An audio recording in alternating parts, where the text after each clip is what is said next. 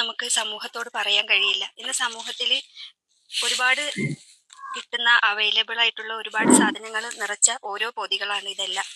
ഇത് ഉപയോഗിച്ചതിന് ശേഷം കുട്ടി വായിൽ നിന്നും അല്ലെങ്കിൽ ശരീരഭാഗങ്ങളിൽ നിന്നും മണം വരാതിരിക്കാൻ ഉപയോഗിക്കുന്ന ഒരു അത്തറിന്റെ കുപ്പിയാണ്. അതുപോലെ ലൈറ്റർ, ഇത് ചൂയിങ്കം. ഇത് ഉപയോഗിച്ചതിന് ശേഷം ഇതിന്റെ വാസന വരാതിരിക്കാൻ വേണ്ടിയിട്ട് ഇതുപോലെ. എനിക്ക് നിന്നെ ഒരിക്കലും തള്ളിക്കളയാൻ പറ്റൂല. എത്ര സമൂഹം പൊറ്റിച്ചാലും ഞാൻ നിന്റെ ഉമ്മയാണ്.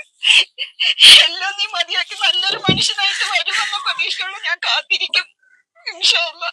ഈ ഉമ്മ പറഞ്ഞിട്ടുണ്ട് എന്നോട്, ഖുർആന്റെ ആയത്തുകൾ കേട്ടിട്ട് ഉമ്മ എനിക്ക് ഇതുപോലെ ഖുർആൻ ഓതണം, പഠിക്കണം എന്ന് പറഞ്ഞിട്ട് ഖുർആൻ പഠിക്കാൻ വേണ്ടിയിട്ട് ഹാഫിളാവാൻ വേണ്ടിയിട്ട് ഈ ഉമ്മയെ കൊണ്ട് ചേർത്തിയ മോനാണ് ഈ ഉമ്മ ഇന്ന് ആ മോനെ വിലപിച്ച് കരയുന്നത്.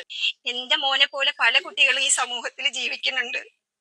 അപ്പം ഇതുപോലെ ഇനിയും മറ്റു കുട്ടികളുടെ കയ്യിലിരിക്കുമ്പോൾ നമ്മൾ ശ്രദ്ധിക്കൂലല്ലോ. കാരണം ഇതിനൊക്കെ ഓരോ കോഡ് ഭാഷയുണ്ട്, ഇതിനൊക്കെ ഓരോ സംഭവങ്ങളുണ്ട്. അപ്പൊ നമ്മൾ ചിന്തിക്കും നമ്മളെ മക്കളല്ലേ, ഇത് വേറൊന്നും ആയിരിക്കൂലെന്ന്. പക്ഷെ ഇത് മാരകമായിട്ടുള്ള ലഹരി വസ്തുക്കളാണ്. ലഹരിക്ക് അടിമയായ സ്വന്തം മകന്റെ ഉപദ്രവം സഹിക്കാനാവാത്ത ഒരു മാതാവിന്റെ കരച്ചിലാണ് നമ്മൾ കണ്ടത്.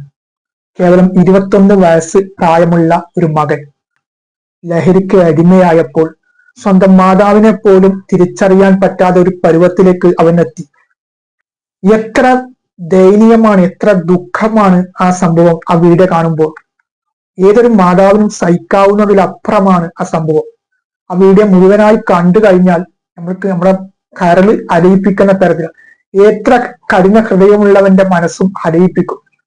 അത്രക്കും ദയനീയമാണ് ആ മാതാവിന്റെ ഒരു അവസ്ഥ.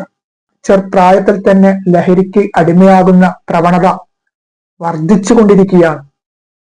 കേവലം സ്കൂൾ പഠിക്കുന്ന കുട്ടികൾക്കിടയിൽ പോലും ഇത്തരം ലഹരി ഉപയോഗം വ്യാപകമായി കൊണ്ടിരിക്കുന്നു എന്നതാണ് പഠനങ്ങൾ തെളിയിക്കപ്പെടുന്നത്.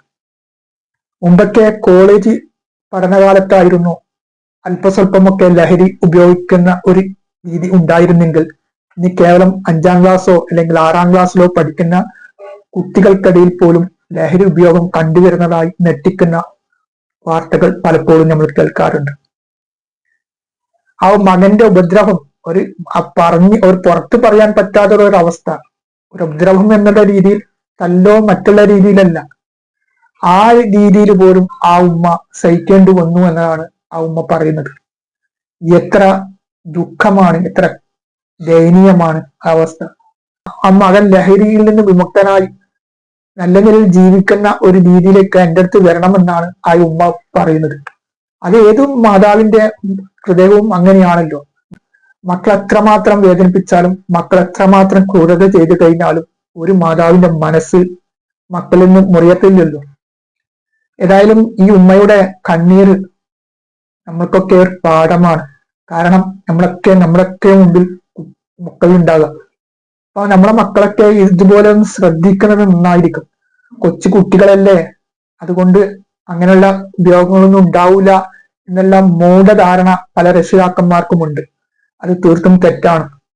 ചെറിയ ക്ലാസ്സിൽ പഠിക്കുന്ന, അതായത് ഞാൻ നേരത്തെ പറഞ്ഞതുപോലെ ചെറിയ ക്ലാസ്സിൽ പഠിക്കുന്ന, സ്കൂൾ പഠിക്കുന്ന കുട്ടികൾക്കിടയിൽ പോലും ലഹരി ഉപയോഗം വർദ്ധിച്ചുകൊണ്ടിരിക്കുന്ന, സാർവത്രികമായി മാറിക്കൊണ്ടിരിക്കുന്ന അവസ്ഥയിലേക്കാണ് പോകുന്നത്. അതുകൊണ്ട് നമ്മുടെ മക്കളുടെ സ്കൂൾ ബാഗുകളും മറ്റുമൊക്കെ ഇടക്കിടക്ക് ഓരോ രക്ഷിതാക്കന്മാരും പരിശോധിക്കുന്നതും നിരീക്ഷിക്കുന്നതും നന്നായിരിക്കും. അതേപോലെ തന്നെ സ്കൂൾ വിട്ടു വരുന്ന സമയം, കാലതാമസം വരുന്ന സമയത്ത് അത് എവിടെ പോയി എന്നുള്ളവർ അന്വേഷിക്കാനുള്ള ഒരു ബാധ്യതയെങ്കിലും ഓരോ രക്ഷിതാക്കന്മാരും കാട്ടണമെന്നാണ് ഈ അവസരത്തിൽ വിനീതമായി ആവശ്യപ്പെടാനുള്ളത്.